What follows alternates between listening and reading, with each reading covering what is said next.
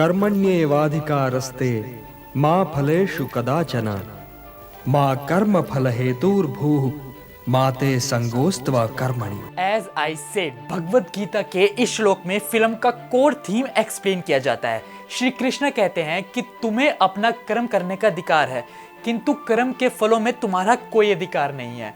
तुम ना तो अपने आप को अपने कर्मों के फलों का कारण मानो और ना ही कर्म ना करने में कभी आसक्त हो। आप फिल्म के कॉन्टेक्स्ट से इसे समझो।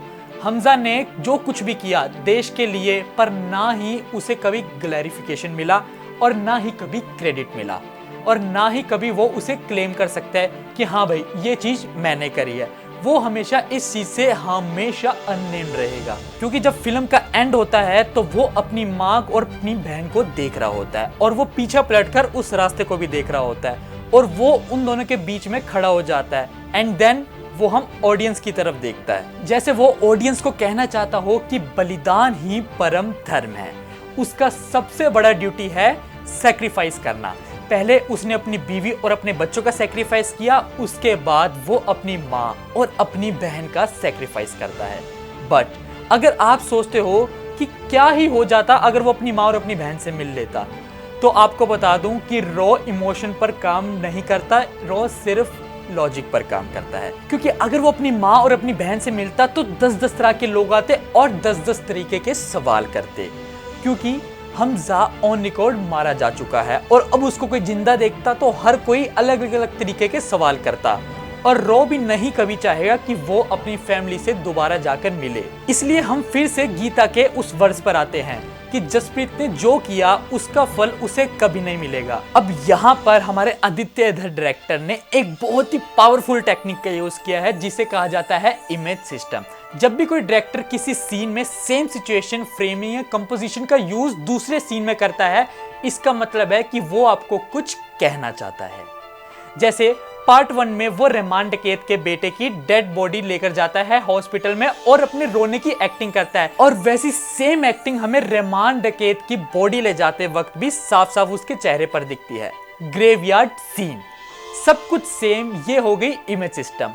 अब इस बात को समझाने के लिए आपको पार्ट 2 के चैप्टर 1 को देखना होगा, जब वो हमजा अली मज़ारी बनता है और होटल में रूम में सबसे पहले अपनी इंडियन फैमिली की फोटो जलाता है, और जब वहां से बाहर निकलता है तो वो जसप्रीत सिंह नहीं, वो वहां से हमजा अली मज़ारी बनकर निकलता है। और सेम यही इमेज सिस्टम फिल्म के एंड वाले चैप्टर में किया गया है, जब वो अपनी पाकिस्तान की फैमिली की फोटो जला देता है और वहां से जब बाहर निकलता है तो वो हमजा नहीं बल्कि जसप्रीत सिंह रंगी बनकर निकलता है। और नोटिस करने वाली बात यह है कि यहाँ उसने सिगरेट को भी जलाया है, वही सिगरेट थी जो रहमान डकैत पीता था। और जब हमजा अली शेरे बलोच बना था, मतलब जब वो मेन रहमान डकैत की कुर्सी पर बैठा था, तो वो हमेशा उसकी कुर्सी पर बैठकर वही सिगरेट जलाता था और वही पीता था। ये वो सारी अचीवमेंट है जो हमारे कैरेक्टर ने की है, बट गीता के श्लोक के अकॉर्डिंग वो इन्हें न ही कभी क्लेम कर सकता है और ना ही कभी बता सकता है। फिल्म के स्टार्टिंग सीन में जब वो यूपी से पठानकोट जा रहा होता है, वहां भी वो माँ और बेटे को देखता है और उसके चेहरे पर एक बहुत ही प्यारी सी मुस्कुराहट होती है या उसकी मेमोरी आ जाती है। सेम यही विजुअल रिपीट आपको फिल्म के एंड में देखने को मिलते हैं, जब वो दोबारा अपने घर को जाता है। ये रिपीटेशन क्लियरली कन्वे करता है कि फिल्म का जो मर्म है वो माँ और परिवार ही है, पर अंत में वो उन्हीं दोनों से नहीं मिल पाता।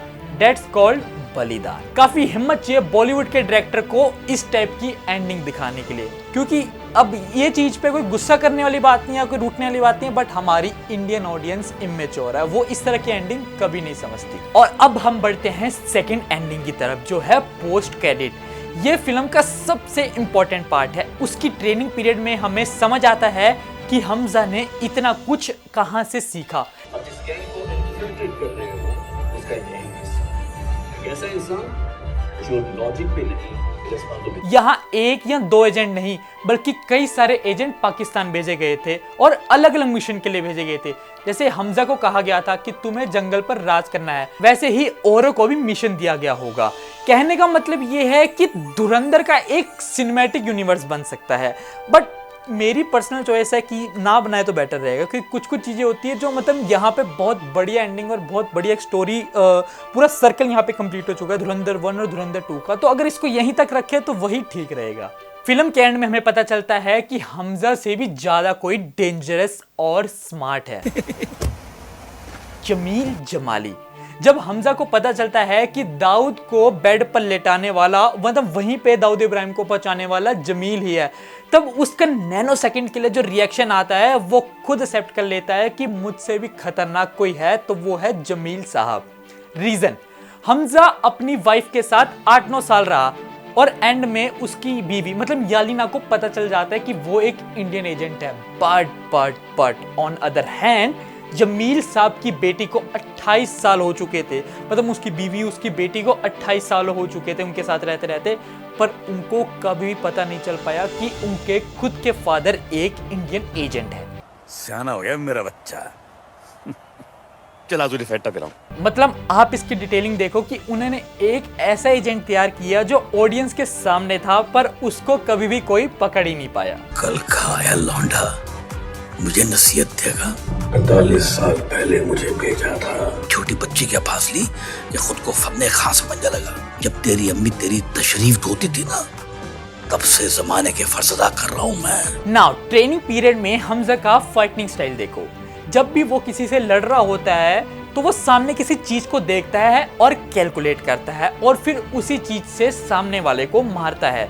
वो शुरुआत में बहुत मार खाता है, जिसका आंसर हमें कैंप में देखने को मिलता है कि सामने वाले को पहले थकाओ और अपनी सांसों को बचाओ और फिर उसके बाद अटैक करो। अच्छा, एक चीज आती है जो मुझे धुरंधर पार्ट 2 में नजर आई, वो भी उसके दोस्त पिंडा के जरिए, मतलब जसप्रीत का जो दोस्त पिंडा है उसके जरिए, क्योंकि जब वो स्क्रीन पर आता है तो जसप्रीत को भी नहीं पहचानता, ऐसा हमें लगता है। बट अगर आप उसके डायलॉग को गौर करोगे तो आपको ध्यान आएगा और ऐसी वाइब आएगी कि वो पहचान चुका है और वो उसे जानबूझकर टीज कर रहा है।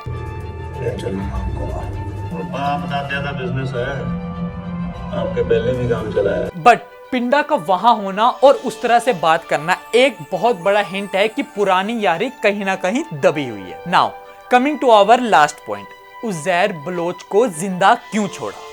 अगर आप रियल लाइफ उजैर बलोच को देखोगे तो वो अभी भी जिंदा हैं, जिसकी वजह से फिल्म में उसे प्रे बनाया गया।